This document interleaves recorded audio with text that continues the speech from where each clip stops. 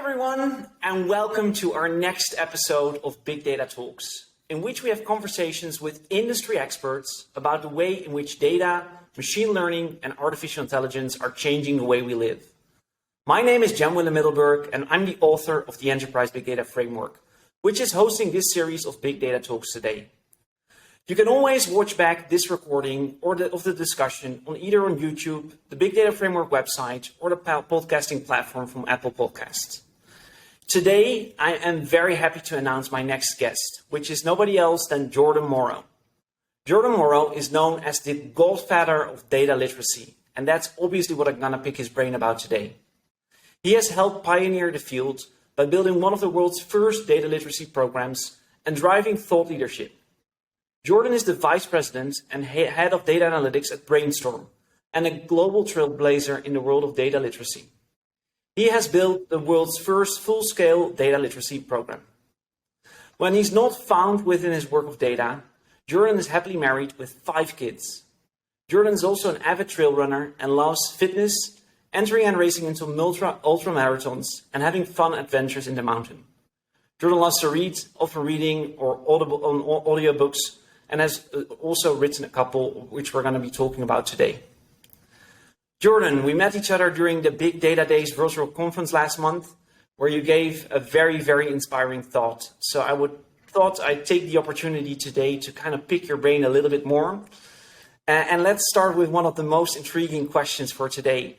How do you combine 5 kids, trail running, a job, and then also write books? Gratefully, I'm a morning person and a very early morning person, to be honest. So like I'm up every day, usually probably wake up before 5 o'clock. I get up, I read, I write in a journal. I love to journal. I do my working out. It's one of those where I'm early to bed, early to rise, and very gratefully, I have a superhero wife who much better than me, and supports me in my craziness. We have a good supportive, I think, relationship for her things and my things. So, but it's tough, right? I mean, I'm writing a 3rd book, and I pushed back the deadline on that for a couple months. And so it's one of those where you have to find the balance. I've experienced burnout when I was building data literacy and doing stuff there. And so you just you find a way to balance it all and learn to prioritize well, hopefully not let too many distractions get a hold of you, and take it from there. Yeah, I think it's kind of amazing, especially if you wake up so early every day, to kind of put your mind immediately at focus to work a few hours in all quietness and then get started with the rest of your day. Yeah. So tell me a little bit about your journey so far. You're nowadays very, very knowledgeable around the topic that we're going to talk about, data literacy. So how did you come up in this space? How did you get involved with data in the first place? So, I love mathematics and I love statistics. Math is probably my favorite subject. And when you take a look at my kids, it's kind of funny. We go to parent-teacher conferences, and I think with every single one, the teachers a lot of times are like, I don't remember if they did it with my daughter, but with my boys, it's like, yeah, math isn't a problem, right? And so how I got into data literacy is actually kind of unique. I was at American Express running a BI shop for their U.S. consumer card. And at the time, and I would still suppose it's the same, it was the largest portfolio of credit and charge cards they had. And I was put in charge of training the users of the platform and the reports and dashboards that we were doing. And I was like, I don't remember what spurred the idea on. And this is about maybe 8 years ago, 2014, 2015, probably maybe even 2015. But anyway, what's that? How many people are we talking about, give or take? Well, so the U.S. consumer group, we're talking marketing, product managers. I'm not sure how many end users, but the reality in training, I traveled to New York. I live in Utah, and I would travel out to New York City, the headquarters, 4, 6, 8 times a year. And I'd meet with them. I'd train them on what we're doing. And I had an idea or some thought, or I don't remember exactly, but I was like, wouldn't it be cool? Or I created teaching them like basic statistics. Like if you're teaching people, and at the time I would argue that this is the type of training that was going on with self-service analytics, democratization of data. It was training people on the dashboard. but we weren't training people on the data, right? There's a distinction there. I can teach you how to point and click in a dashboard, but that's not teaching a person how to analyze and find insight in the data. So I created a plan. I didn't even think about it probably as in depth as what I just described. Built this plan, presented it to I think it was to my EVP, and she flat told me no. She said, we're not going to do that. People aren't ready for that, maybe in the future.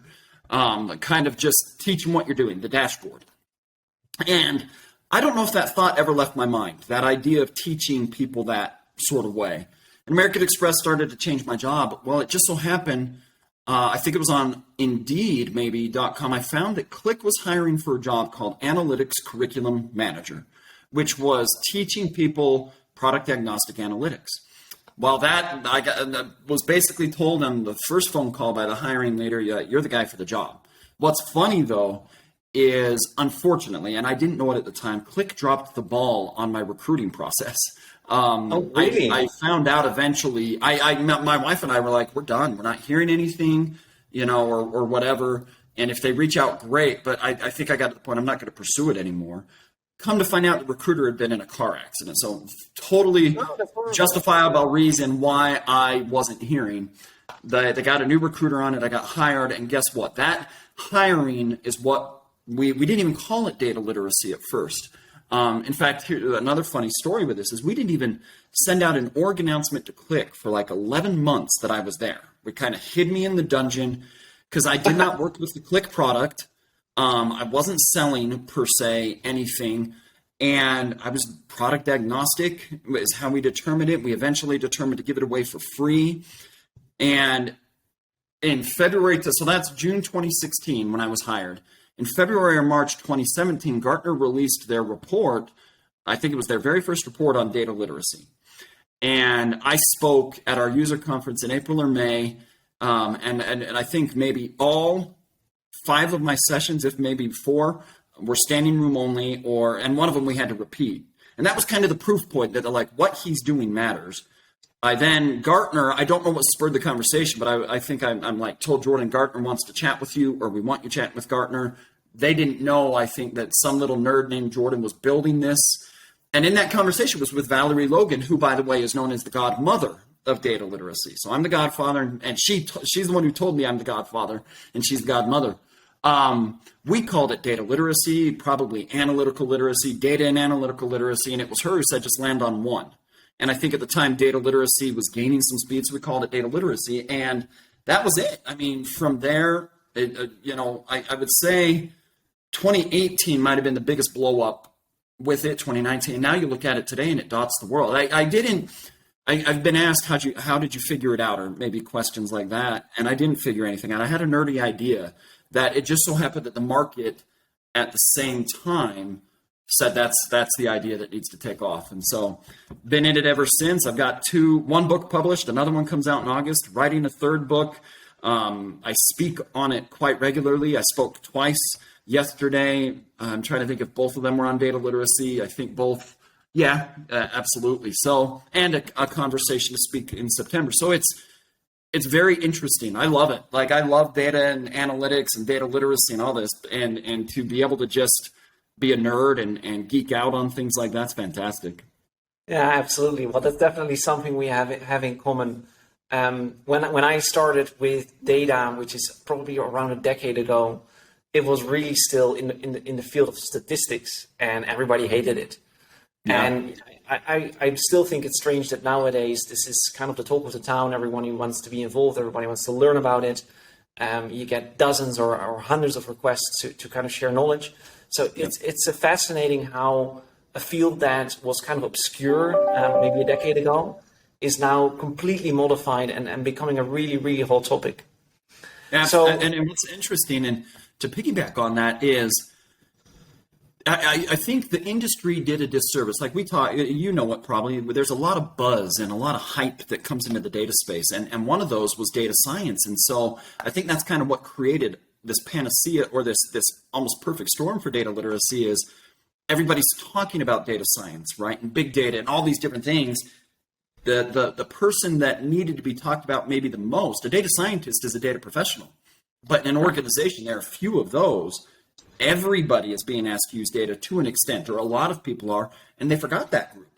And so that's where data literacy, I think, just kind of entered in perfectly and attached to the masses. And it's taken, I think, a few years. I think people have been excited about it for a while, but it finally latched on to now. You see programs popping up and companies trying all over the world to create data literacy programs in their organization. Yeah, absolutely. You see some of the biggest companies in the world are basically saying all of our staff need to go through this mandatory. It's not even optional anymore. So it's a big wave you're riding, and I really think that the phrase "the Godfather of Data Literacy" is pretty well coined. Thank you. Just out of interest, do you still have contact with the godmother of data literacy? At times, absolutely. Like, it's one of those. I wish, to be honest, it needs to be more. I think that we both share a high respect for each other, and she's doing. As you know, the Data Lodge is her company, and I believe was just recognized with an award. And she's awesome. Like, she is such a powerful voice in this space, and it brings power to everything. And I loved, and there was a conversation I was in LinkedIn this morning where there was a conference recently where I think 86% of the speakers were men. Right. And I think there needs to be more recognition and more opportunities there. And I think Valerie Logan presents such a wonderful mix and opportunity, if you will, that shows the power and the need to have those diversified voices out there. Very good. So I already have a kind of an idea in the back of my head to invite the Godfather and the Godmother on the same show one day. Oh, please do. Absolutely. She and I would have a lot of fun with that conversation. Yeah. Yeah, that would be awesome. Cool. So, we talk a lot about data literacy. I'm always really interested in kind of the person behind the book and behind the name that's on the cover. So if you think about your own personal life, do you use data and data-driven decisions in your daily life for your sports or any kind of your personal... I sure hope so, right? It's one of those. It's kind of funny, kind of an anecdotal story with this is, I don't want to say I've corrupted my wife, but it's been pretty funny. Like, she and I...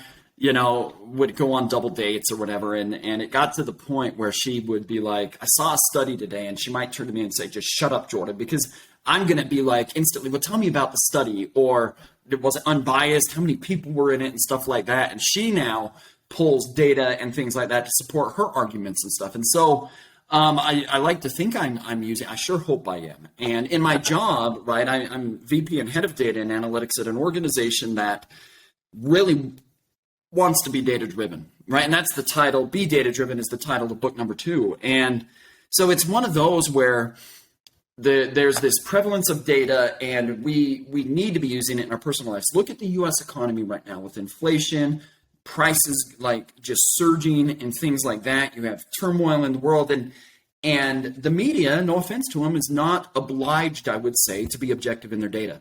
And I would say that our ability as individuals with data literacy to be able to siphon through that is important. A good example of this was early in the pandemic, given who I was, the global head of data literacy, Godfather of Data Literacy, I was asked if I would write or speak about it. And I said, no, I'm not going to touch it. It was too political.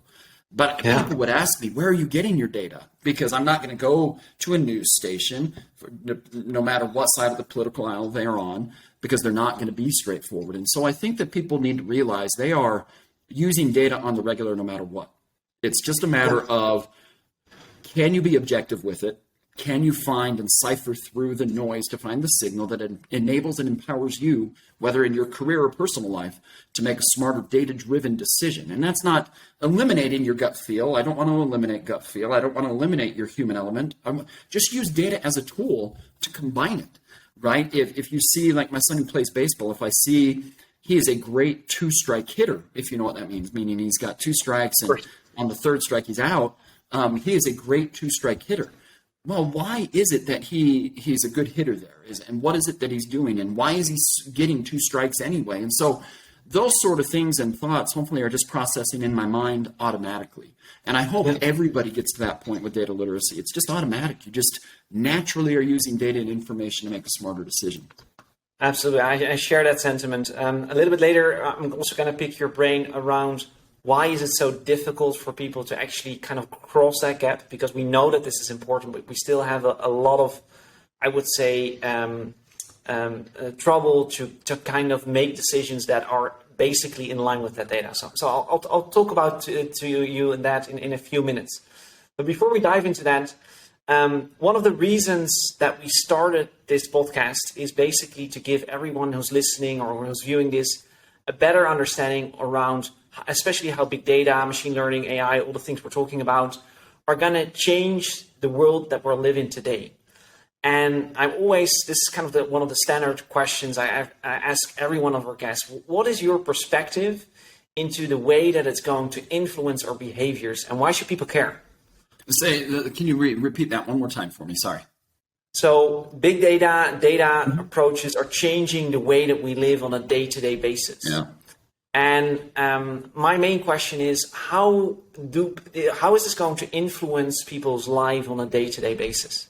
Well, when you think about the world that we live in, right here is my iPhone. iPhone came about 2007, and we're on iPhone version 2042 or whatever it is, right? This computer right here has so much power, right? I believe this little phone has more power than the computers did in the 90s. And the reality is we're already interacting with AI. We are already interacting with data, recommendations coming through and things like that. What needs to happen with us, think about data literacy and what it is trying to do. It is trying to empower you to be able to use data more effectively to a degree. That's basically what we're doing is, can you use data more effectively to make a decision? We are not going to slow down with data and technology, big data, AI, machine learning. These things are not slowing down, right? These things, the train is moving and you're either going to be on it or you're not. Unfortunately, and I don't want to sound like a doomsdayer, if you're not on the train, you could get bypassed. Your career could get bypassed. Your job could get bypassed because the adaptations and things like that should be coming to you. I was on a masterclass, was it last week? And I don't know if he said it this way, but there's IQ, right? There's emotional quotient, EQ. Think about AQ, adaptability quotient. And this ability for us to adapt and adopt. So maybe we call it AAQ, adapt and adopt quotient, right? Yeah. Do we have an ability with the advancement of data and technology and the speed with which this happens to advance ourselves, to keep up with it? And I for one think that these things can augment our lives and empower us. I love technology. I love what it can do. We could be distracted by it, right? Where the distraction gets in the way of good practical use with it.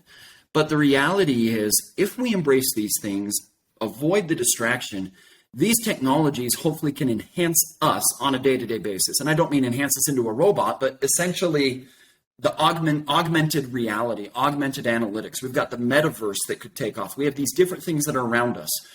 Our ability possibly to be successful in our careers and in our lives going forward is our ability to adapt to those things. Not just adapt, but adapt and adopt.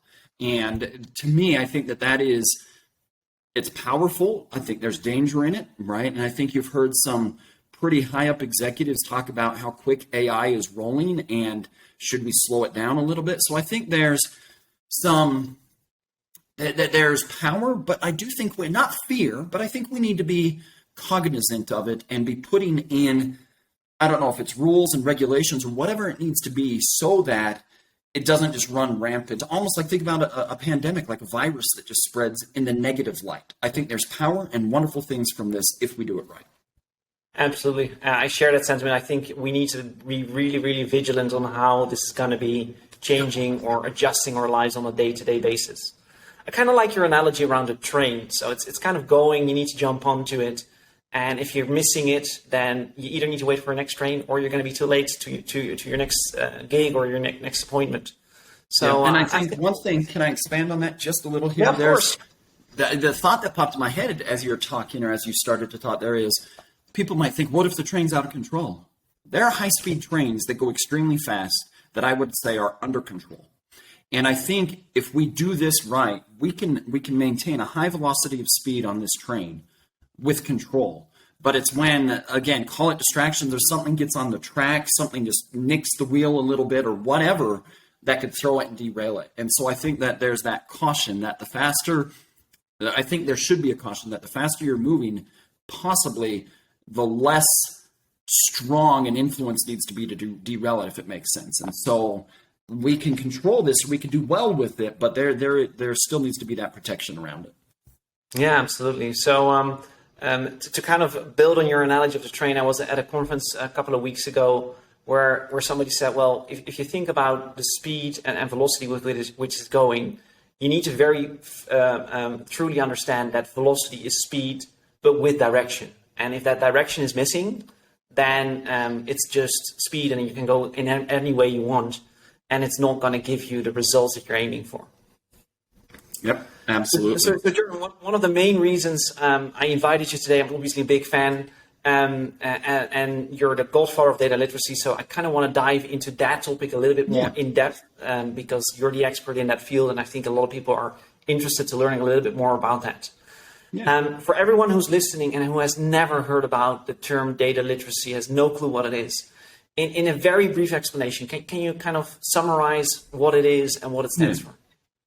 Data literacy, let me give a formal definition that we used while I was at Click. And all credit to Raul Bargoff and Catherine D'Ignacio, who penned it.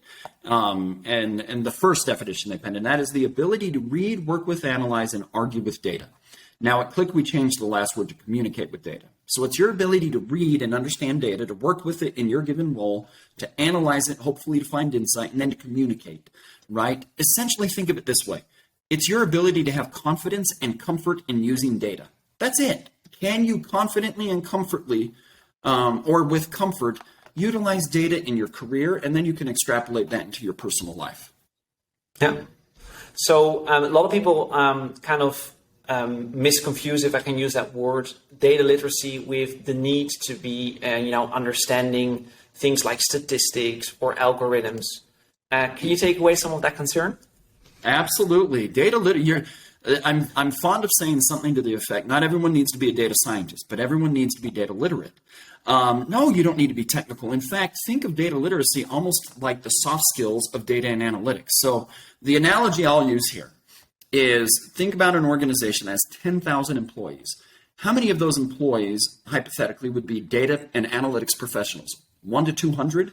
So 9,800 to 9,900 people are not data and analytics professionals, the ones who have to know statistics or how to code or how to build data visualizations, etc. But the 9,800 and 9,900 might be being asked to use data. So your ability to read, work with it, analyze, and communicate with it. One of the keys for you with data literacy might not need to be the technical side. It could be, can you ask good questions and can you communicate those questions really well with the technical people? And so I think we need to remove this thought process that we all need to be technical. You need to code. You need to be able to build data visualizations. No, you don't. Your role might be able to receive the data visualization and then dig into it to find insight. You don't necessarily need to code to build it, to source the data, to cleanse the data. Forget that. Your job could be read, work with, analyze, and communicate in your sphere. Now, that being said, one technical skill, and it's actually, I wouldn't know if I would call it technical, it's an analytical skill that I think everyone should have, would be the interpretation of data. And again, there are varying levels of that. It doesn't mean you have to be able to go in and really do statistical modeling to interpret the data. Can you look at a chart and ask good questions of it? Can you dig into it? And then if you have things that are beyond your depth, can you effectively communicate with those who can go beyond your depth? We have to get out of this mindset and eliminate the fear that data is everything, that data is this, data is that. Everybody has experience that applies to data.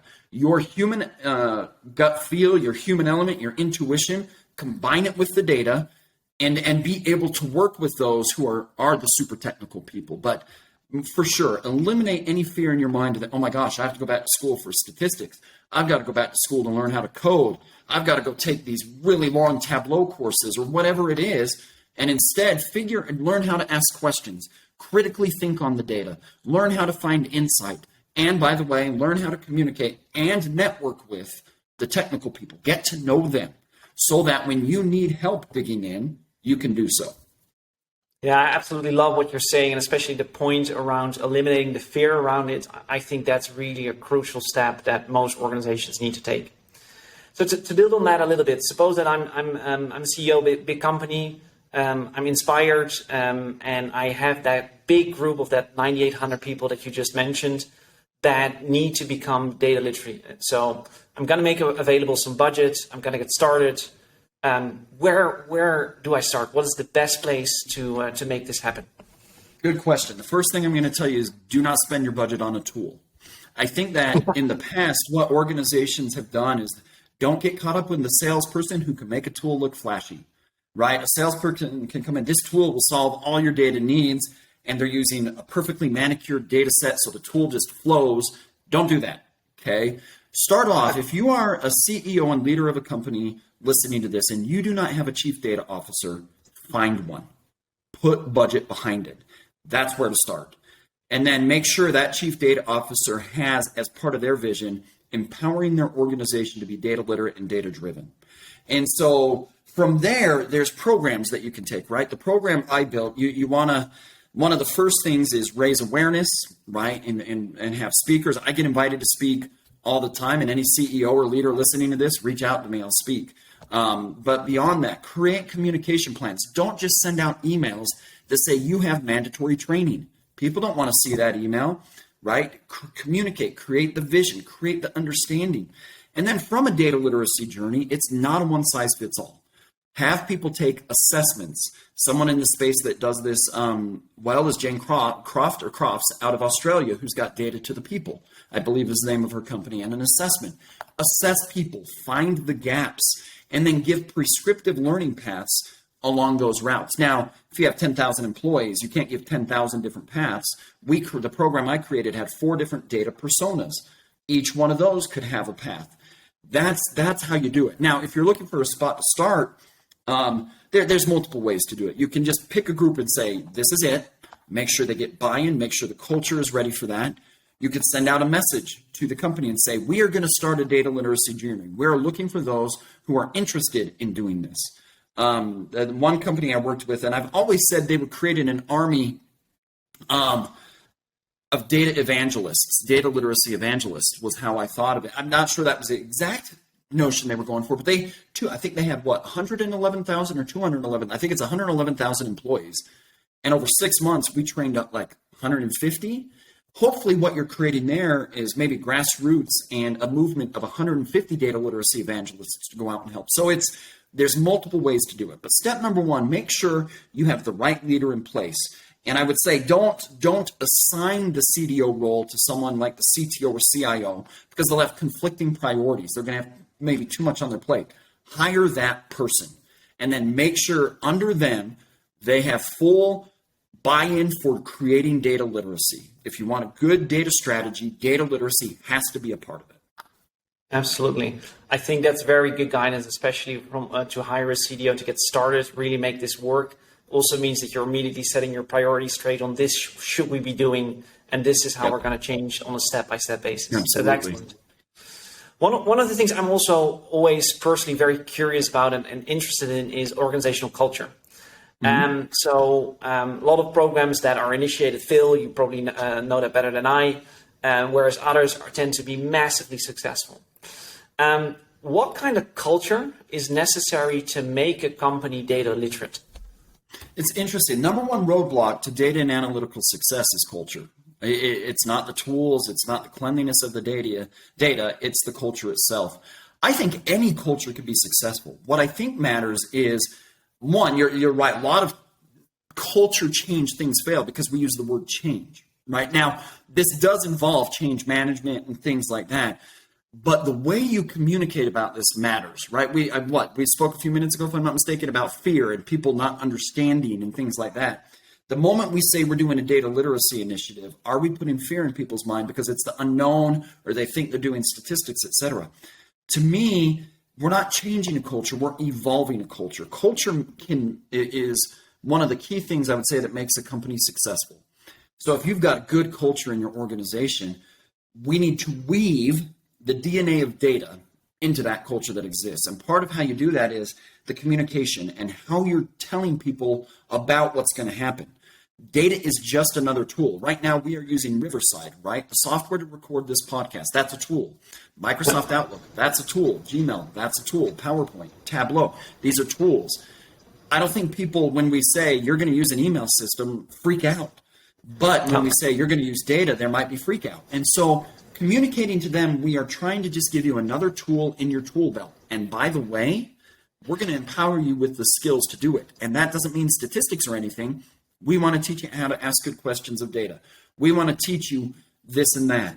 One of the things that you can do, or et cetera, and that's what we're going to do. Now, one way that you can get this to latch on in an organization is to create a library of proof of concepts where the data worked, right? If you have people that doubt it, create 4 or 5 projects or a library where you could say, look, in our marketing group, this was a data-driven project we used, and here's the success. And these are the people involved. In this group, we did this. In that group, we did that. So that you have proof points. It's one thing to go out and say, we're going to use data, it matters, and get people enthusiastic. But if you don't back it up with a proof point, are they going to latch onto it? I'm not sure they're going to.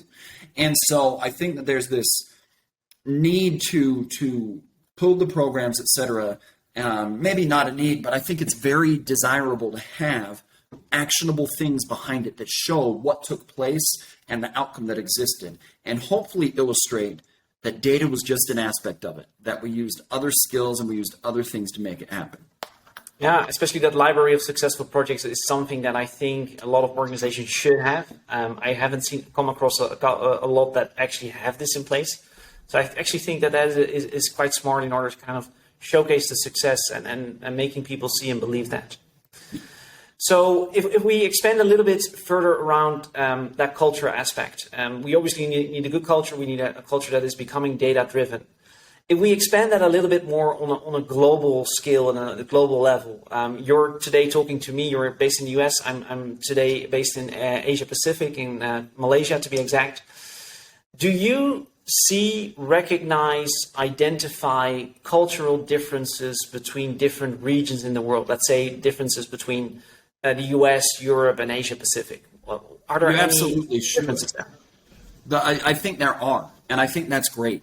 I think that a good data literacy program is not a one-size-fits-all. And when you're putting a data literacy program in place, it's going to behoove you to understand not just your corporate culture, but regional culture and what matters and things like that. Like, for example, if you're building a corporate data literacy program and your organization hates in-person workshops, and all you do to build the program is have in-person workshops, how successful do you think that's going to be?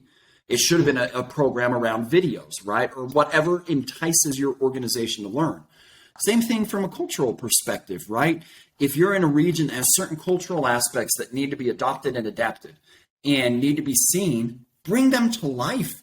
Allow them to be a part of the program. I unfortunately, in data, I think maybe something that has happened is that we force fit things on people and say, this is it, just go. Yeah. What kind of buy-in do you think that's going to have?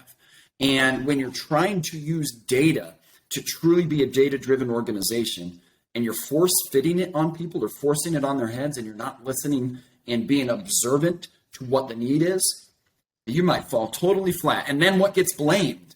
It could be the data, it could be the tools and technology, it could be a data literacy program. No offense, you just sucked as a leader. And I think that matters. I think that you've got to recognize how things operate within an organization, within a city, within a region. And yeah, it might take a little more time, but hopefully if you do it right, the dividends and rewards that come at the end will be bigger. Yeah. So, speaking of, you're kind of triggering my mind a little bit around making sure it's not one size fits all and that it's more tailored. If I dive one step deeper, and I didn't have this when I was young, but shouldn't we already start with data literacy with kids, with people who are in school, high school? Shouldn't data literacy kind of need to become one of the mandatory subjects that everyone needs to study before they even graduate? Absolutely. And it's not just data literacy, right? Financial literacy should be taught. And things that truly matter when you get out of school. I remember being in my master's program, doing an MBA and having, I don't know how many people say, oh, it's great you learned that in your class, but that's not how the real world works. Then why the freak are we teaching this in an academic setting? And I think that that's the reality, right? We're living in a digitally transformed world. I do think certain subjects could be eliminated. And I think certain subjects could come in that will empower people better.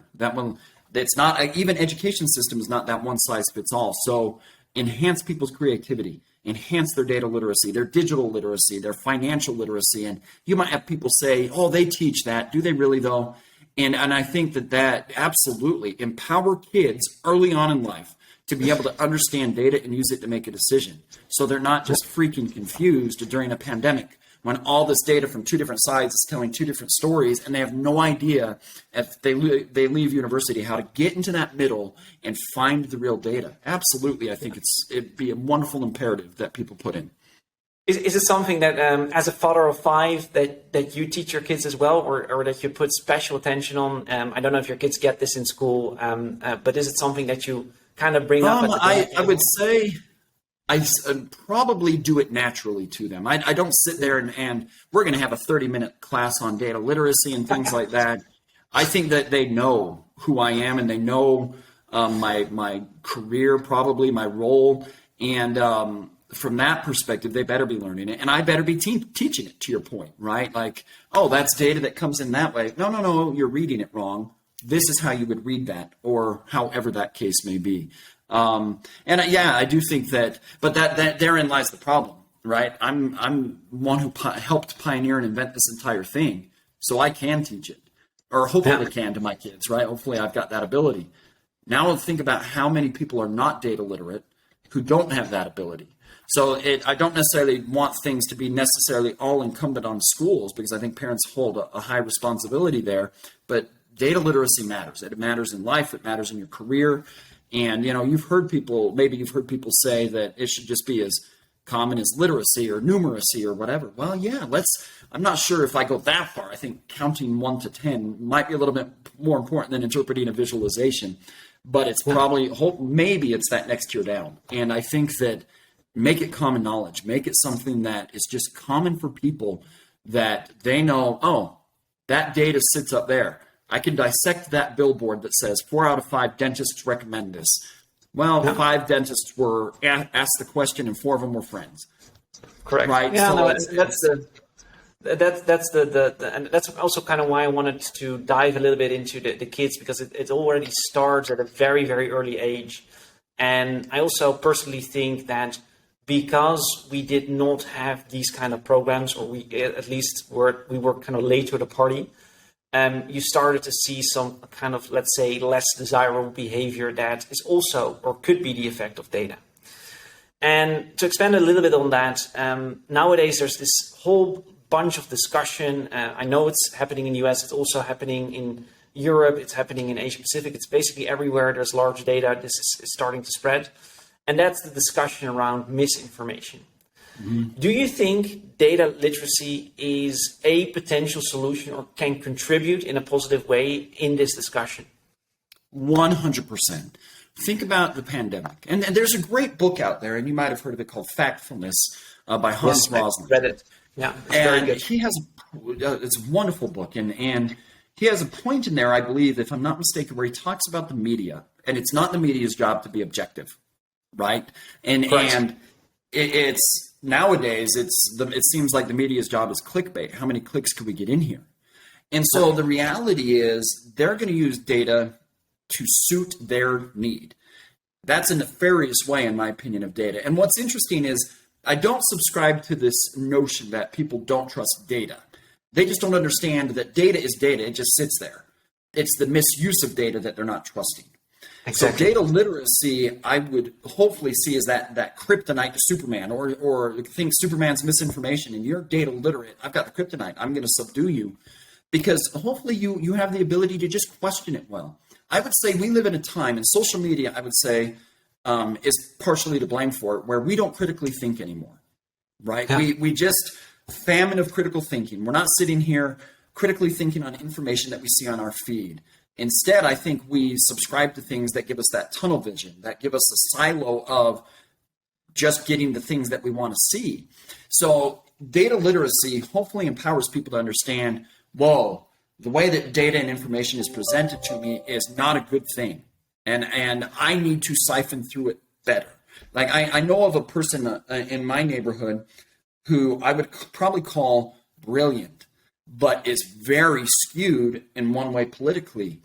And it's like, dude, if you just took a look truly at data that sometimes you're presenting and understood how to siphon through it, that it's biased towards an agenda or whatever, maybe not towards an agenda, but to personal thoughts, So data literacy, I would hope twofold, empowers us to be able to decipher through misinformation, but two, as we become more data literate and as we become stewards of data and sharing data, hopefully data literacy empowers us to be better at sharing data. We ourselves, data professionals, it should be incumbent upon our shoulders that the data we share is objective or good data. Hopefully we are doing that. And I'm not going to give us all credit that we are. And so we need, go ahead. I see you laughing. No, I'm kind of laughing around the key word you said, hopefully. And I think that's a very good point to make. And I hope that will happen as well. Yeah. If we think about ways, maybe this is a little bit of a philosophical question, but that's also what I kind of like to do, ask you to pick your brain a little bit around those kind of things. If you look at data objectively, and maybe you're grown up in a particular area, or you have a bias like the neighbor that you just mentioned, is there an objective way for people to still identify fact from fiction, truth from fake? I think it is very hard to remove all bias, right? Yeah. And we're talking like data bias. We're not talking like prejudice and racism bias. We're talking about, to your point, you grow up a certain way, you view things a certain way. I think we need to work hard on removing bias from our objectivity with data, but I think it's probably near impossible to remove it all the way. And so what I would say is account for it.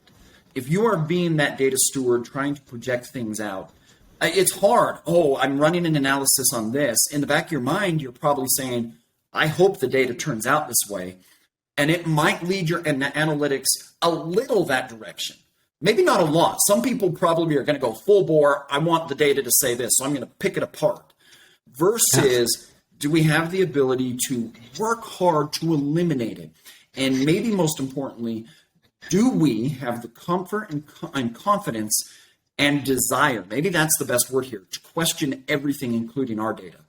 I don't think being a data skeptic is a bad thing. I think it's healthy. Being a data cynic is a bad thing. Being a data skeptic and questioning what's presented to you. It might be 100% factually accurate. It's not bad to question it, to be like, without knowing if it's 100% factual. Oh, why did you pull it this way? What do these numbers represent? Could we see it a different way? Is there bias built in? I think questions are a golden nugget. And for whatever reason, as adults, we suck at asking questions. Kids are amazing. I've got 5 kids. How many questions do you think I get? Yeah, and they know my philosophy. My philosophy to them is never stop. But they can, at times, I tell them to stop because you're just frustrated. After, the 50,000th question, you're like, stop it. But it's why as adults do we just stop? Or not necessarily just stop, but we just take things as they are. Everybody listening to it, this episode, at whatever point you listen to it, question things. Ask why.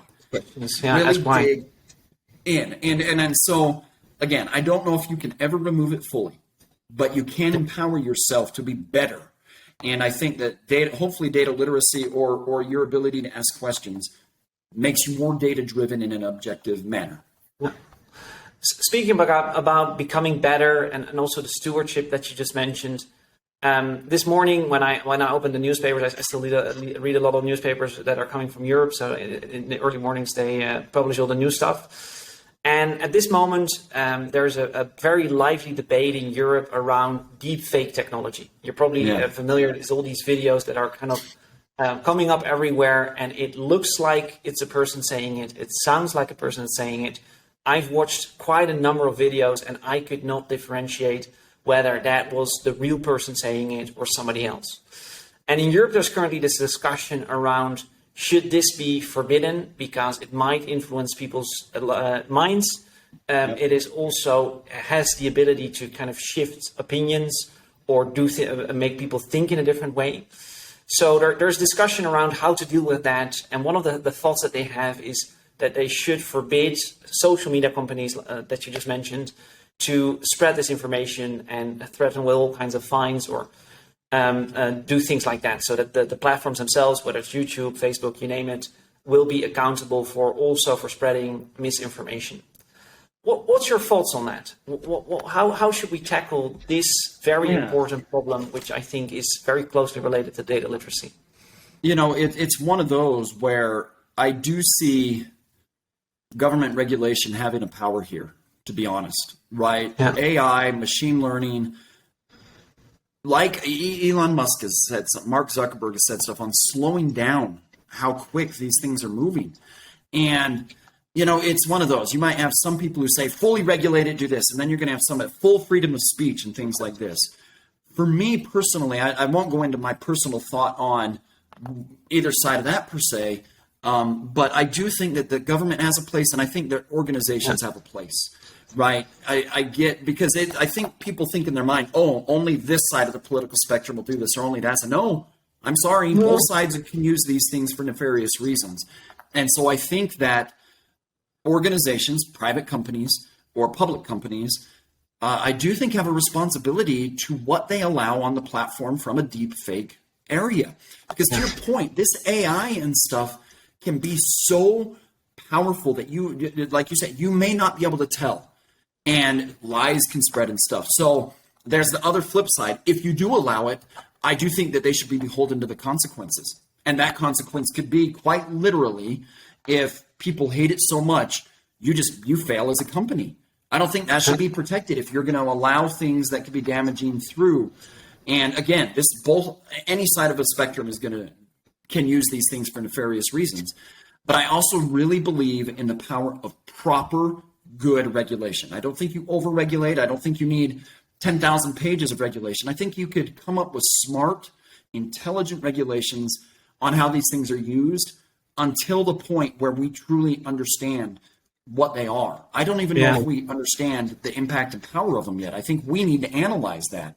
And I think that can come over time. And once we do understand it more, and we have better understanding of what's happening and how AI and machine learning can do things on their own, then there could be even smarter decisions. But there's trepidation. Like there's the great documentary, I can't even think of it, but it was Cambridge Analytica, and the influence Cambridge had on the 2016 election here in the U.S. and spreading of lies. I've seen that documentary as well. Yeah, absolutely. Yeah, and it's scary. Oh, it's scary what you can do. And that was without, I believe, a lot of deepfake videos, right? It's just put it out there. People are not critically thinking. And what I would hope too, by the way, is that as data literacy expands and grows and people develop their skills here, they have this ability to then say, I'm going to take a step back and actually understand if that video is real. Versus what I think a lot of people will do is they'll see the video and be like, I guess that's real. Yeah, I think that's really a very good point. The reason I brought up this question, because obviously it can lead into a whole different and a very in-depth discussion. We're obviously not going to go into the whole political debate around it, but let me say that I consider myself a data literate person. I'm in this domain. I check sources. I really try to form an informed opinion by looking at either side of the aisle or different sides of the spectrum. And for the first time, when I started to look at these deep fake kind of technologies, I wasn't able with certainty to tell anymore, where is this coming from? Because normally, if you have reputable sources, if you are looking at sources that have a lot of trust, like the global newspapers and the obvious sources for truth, science, medicine, you name it, all of that you're able as a person to kind of differentiate between that. But for the first time in my life, I kind of felt, this is a point where this line becomes really blurry. I cannot really differentiate it anymore between what's real and what's fake. And that's why I think this is also an important topic that especially data literacy and can address, besides obviously some government regulations, which I think is also something that we probably cannot go without it in the longer run. Well, and we know that propaganda is something, I would say, that's been around probably for centuries. Now the propaganda can be so good on those videos that you have no idea that person really didn't say that. That now you're entering into, it kind of seems like maybe that ex machina type world where you're just like, is that real? Like the Turing principle, or what is it? The Turing rule, where you can't tell if the computer is fake or not. You're reaching that point. And that can have some, I would say, very scary implications. Absolutely. Well, maybe some inspiration for your third book that is coming. I didn't even know you were writing a new one. I do know that there's another one coming. I think it's going to come very close soon, right? August, September? August, it launches, I want to say, internationally, so outside the U.S., is August 3rd, and either August 29th or August 30th it launches in the U.S. Okay, so I've already made a pre-order on the OpenPage website. So I'm obviously going to be very interested. For the people who are listening and that also might be interested, what is the book going to be about? So it's about being data-driven. And working with the publisher, they decided this targeted more about leaders. Be like, and in fact, I'll pull something up and share something with it. But basically, during the pandemic, if you think about what was occurring in the pandemic, one of the biggest buzzwords in the world that came out of it was data-driven. And I think that's actually what inspired me and spurred me on. And so the title with subtitle is Be Data-Driven, How Organizations Can Harness the Power of Data. So hopefully I teach people how you could be a data-driven organization. And I think that there's this term data-driven. Some people hate it, some don't mind it. I like it. I use it interchangeably with the term data-informed, because I think people fear data-driven means that data is going to drive everything. No, we're combining it with the human element. For me, don't get caught up in the syntax or the nuance of a term. Understand the principles and the context behind it. And so it's all about really helping organizations be data-driven, which that buzzword came big in the pandemic. And I want to say it was during the summer of 2020. My first book launched in March or April 2020. No, last year, 2021. So sorry, I think it was last year or the year before. I don't know. I don't remember timelines. Everything kind of molds together at this point. But it just, when you have a buzzworthy word like that, I think the reason I wrote it was, okay, let's latch onto that and teach people maybe what that really is. What does it mean to be data-driven? Absolutely. So the book is coming out very soon. Make sure that everyone buys a copy, or at least everyone who's listening, because I'm going to be promising you that it's worth it. Yeah. Jordan, I could probably spend talking to you for another hour, maybe even 4 or 5, but we're slowly getting towards the end of the hour. One of the things that I think really, really triggered me in this conversation is kind of your mantra is keep asking questions. Mm-hmm. And I think if there's one lesson that I want to make sure that everyone takes away, is that fundamental question to kind of stay curious, keep asking questions. Why are things happening, and what's the data behind it? If you can give one other piece of advice, because I kind of stole this from you, if you have one kind of main takeaway for anybody else that is listening to kind of conclude this show for today, what would that be? Remove your fear that you have to be advanced technically in this space. You just don't. You don't have to be a data scientist. You don't have to go learn statistics. Like you just said, be curious, ask questions, and work on developing comfort and confidence in using data, whatever that sphere may look like. Find the areas that interest you and dive in. But it just removes the fear and this thought that you have to be some advanced data analytical, technical person. No, bring your skill set to the table. Find areas you want to learn, and then dive in and jump in and have fun with it. That would be the other side of it. I think sometimes people think data and analytics isn't fun. Man, this is awesome. Like, we could talk for hours about certain things. Study things like that Factfulness book by Hans Rosling. Study the Freakonomics series of books or podcasts.